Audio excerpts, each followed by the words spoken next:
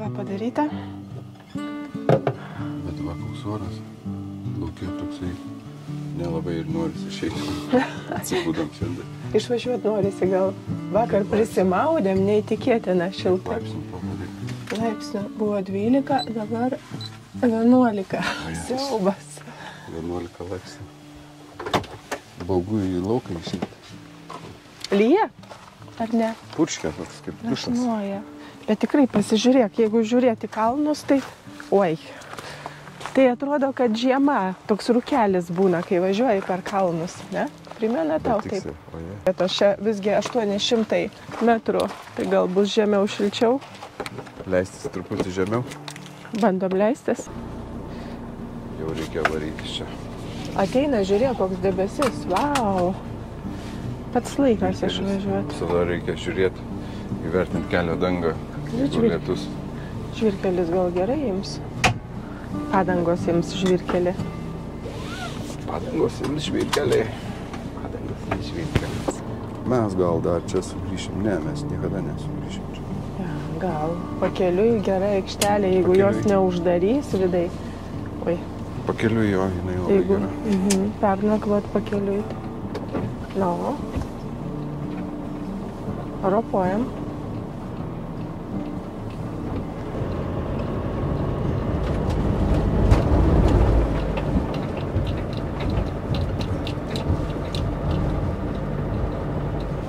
Man buvo baisu labai. Būtumėm nupylę vandenį. Bet tai eik tu sau. Kaip prasikasi.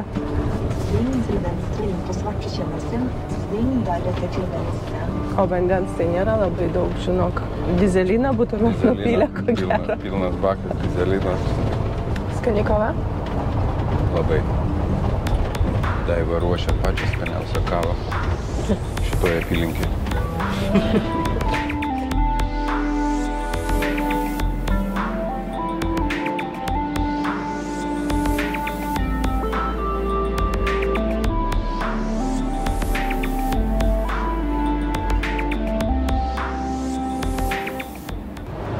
Čia žiūrėk, uždaryta. Čia Kas uždaryta? kolonė Šioring. Bet tai nėra Vaiveseno puslapio to Va, parašyta. yra manual dirigering. Tai čia va dėl to. Gerą laiką padiskutuoti apie nakvynę kalnuose. Ai, užtat ir pravarė tiek daug. Jo, mes negalėjom suprasti, iš kur tai buvo tuščias kelias. Mes įtarėm, kad čia ko gero. Bet žiūrėk, mes jau dabar jau ir važiuosim. Tu matai?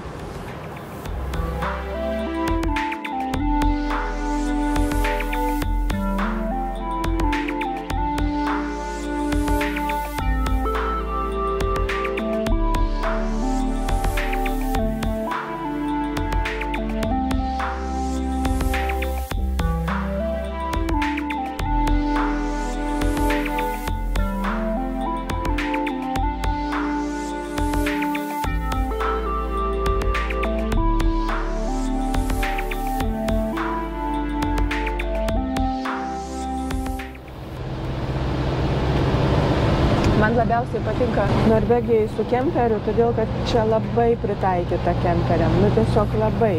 Čia gali ir prie parduotuvių privažiuoti. Nu, kempingai jie visur yra. Kempingai čia apie tai nekalbant, bet pavyzdžiui, Europai prie parduotuvių maisto prekių turi labai įvertinti, ar tu ten įsitilpsi mažos aikštelės labai. Jo, teko matyti įvairių tokių, kur ten pravažiuoja, nebandai net.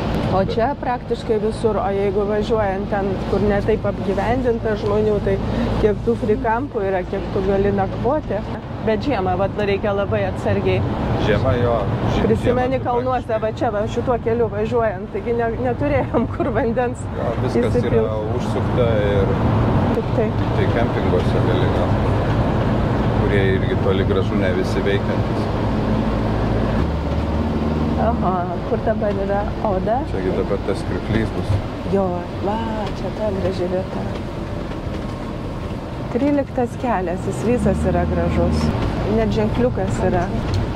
Vis dar žymus, kad jisai siauresnis yra toks.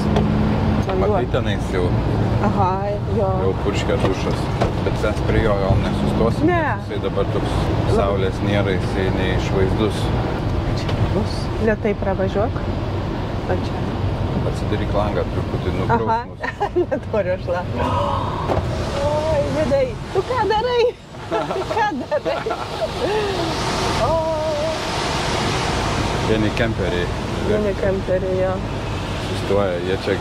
Tu kodėl mane nubrausi pro langą?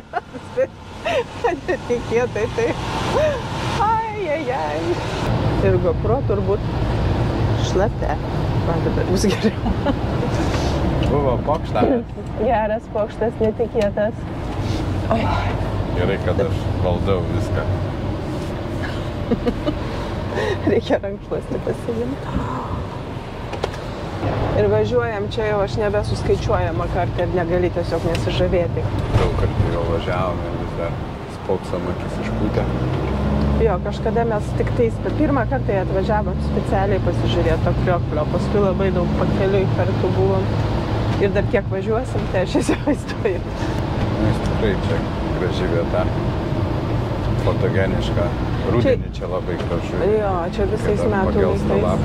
Čia yra Folgefonas nacionalinis parkas. Čia yra didelis ledynas, prie kurio mes vieną kartą irgi nakvojame prie pat ir dar mielai apsilankysim kažkada. Tai, žodžiu, visas nacionalinis parkas yra nuostabaus grožio. Čia yra ką lankyti.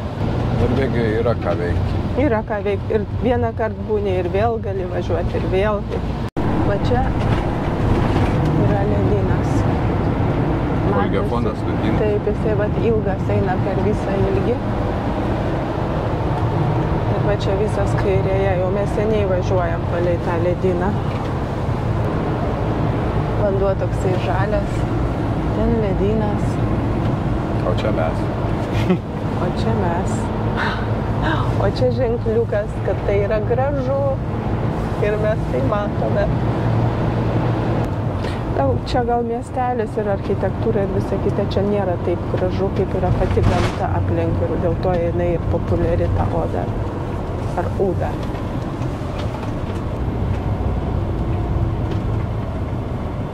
Va dabar į dešinę, teisingai, laikomės dešiniau, ten bus aikštelė ir tada iškart kairiau.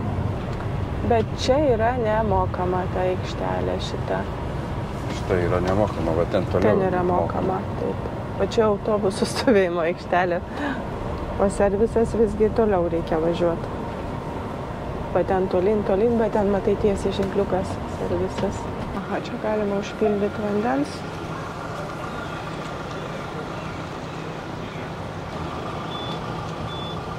Palauk. Dar truputuką.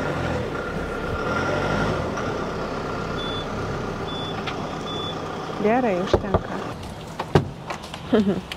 O čia žiūrėk, toks laivas. Aš galvoju, kad čia statinys namas. O čia žiūrėk, kaip katamaranas didžiulis. Galim su juo grįžti.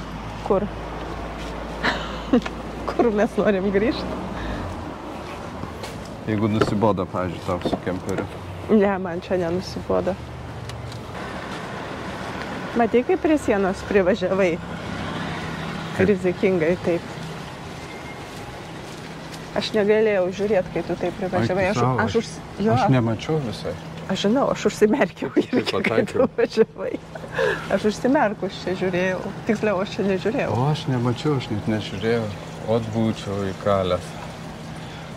Ne. Aš tavim pasitikėjau. Visą laiką čia turi, matai, ir žiūrėti ir šonus, ir dar stogą. Ir dar kur žmona vaikšto, turi žiūrėti. Kam tai susiraukiai? Kažkokie skirtus. Nu, tiek vandens. Iš kur tiek vandens? Duše buvom. Tai dabar eisime kur? Mes eisime... Eisime pažiūrėti tą keltą, jeigu bus bilietų, paliekam čia kempingę kemperį, pasiplaukiojam ir vėl grįžtam. Ne?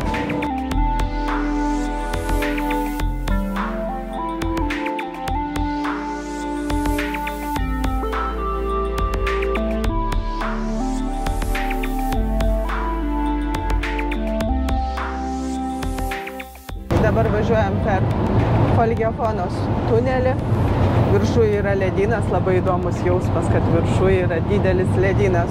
Tunelio ilgis yra 11 km.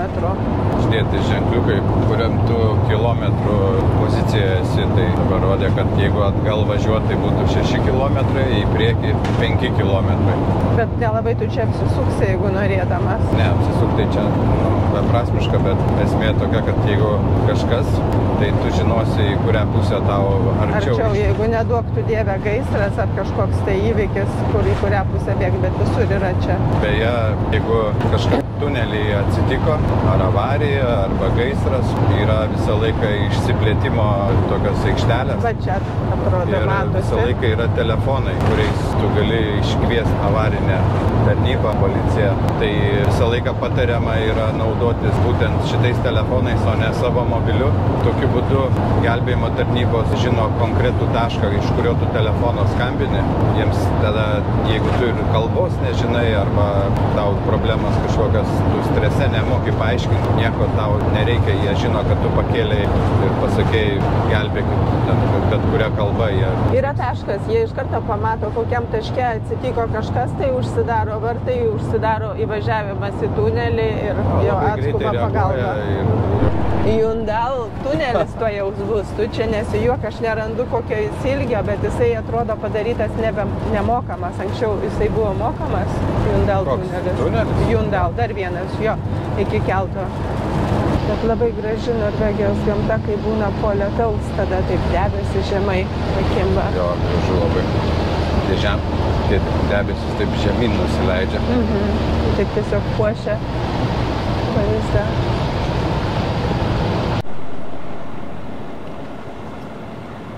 Tenka pasitraukti. Ir kiek dabar mašinų pravažiuos.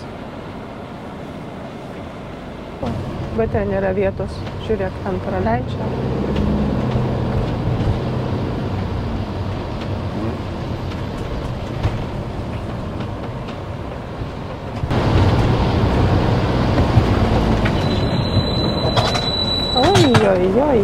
Oi. Aš gal tokia plati mašina pasiekti. Tam tikras reikia plačios mašinos. Tam, kad dar platesnė pasitrauktų. Tik pabando tegul kas nors išlysti iš už kampo dar kartą. Ką, viskas, kelias geras, kurį laiką. Jundals tunelis. 10 km ilgio. Va, čia ir keltukas. Viskas, pusvalandis laiko aš gaminu valgyti, tu eini į parduotuvę.